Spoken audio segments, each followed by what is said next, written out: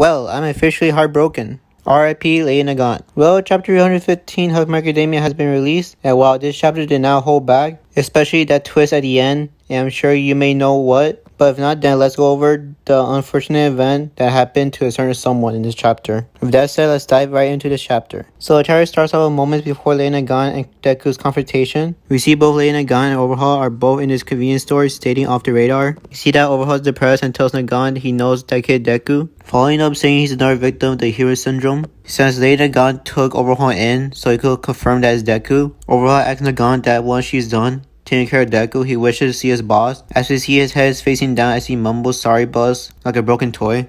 Then it transitions to the present where Lady Nagant has expanded to this gross large shape, aiming right at Overhaul as he's going crazy, saying he wants to go see his boss. Deku from a distance sees what Nagant is trying to pull, and as she's about to increase the bullet's velocity, Nagant talks about the hero education is something she hated the most. As she's about to fire a bullet, she knows whoever Deku is as a person, it will hurt his conscience if anyone were to die on his watch. As she fired her shot, Nagant hoped to catch Deku slipping, but what caught her eye was Deku using his black whip to shoot himself outwards, but then combining the quirk Fajin. As Deku pulls this off, he uses 45% of One For All, uses centrifugal force, and stretches his legs to protect himself from the shootings. Deku attempts to mimic All Might's form and becomes faster than Lady Nagant's bullets, and we see from the panel the raindrops are viewed as if it's in slow motion, and with his amplified speed, he saves Overhaul for getting shot. Seeing all that, Lady Nagant couldn't believe what Deku had just pulled off.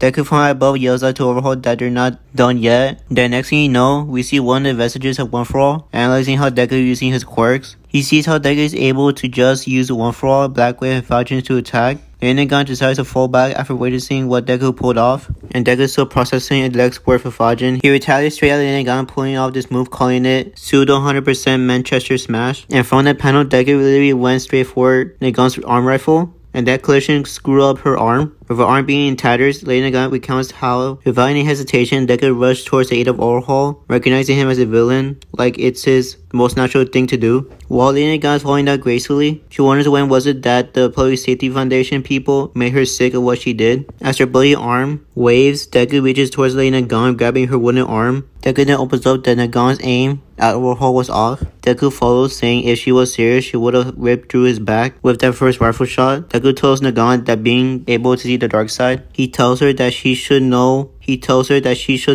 where to shine the light brightest. Deku reveals to Lady Nagant that he wants her to fight alongside heroes, as he sees she still has a heart of a hero, while still grasping his arm and taking in the motion of Deku. While still grasping his arm and backtracks on Deku's willingness, Lady Nagant starts to realize how heroic Deku is. Now, as I mentioned before in the beginning of this video, the ugly twist has came, as all of a sudden Lady Nagant's face starts to fizz up a bit, as she says Izuku Midoriya, you're true, as a cuss off there. Then Deku sees what's happening before his own eyes, and we see the villain, All For One, with a big dovish smile, saying hearts can be swayed easily as he was preparing for Nagant's potential failure. And what happens after that was a huge explosion occurs from where Nagant and Deku were just there. In the middle of the city, Deku being caught in an explosion yells at Nagant, and we see Nagant's body somehow attached. However, she's burnt to the crisp, looking all lifeless. Then it goes back to All For One saying to Nagant she was nothing else but a tool to be used to meet others' ends, while calling her a sad, pitiful Lady Nagant. While she's still falling down, Deku tries to rescue Lady Nagant. Then a few projectiles are seen coming towards Nagant, and we see the one standing down was no other than Hawks. He swoops in, able to catch a fallen damaged Nagant, as he says to her, "Don't die on me, senpai," as the chapter ends there. Man, I have nothing else to say about this chapter.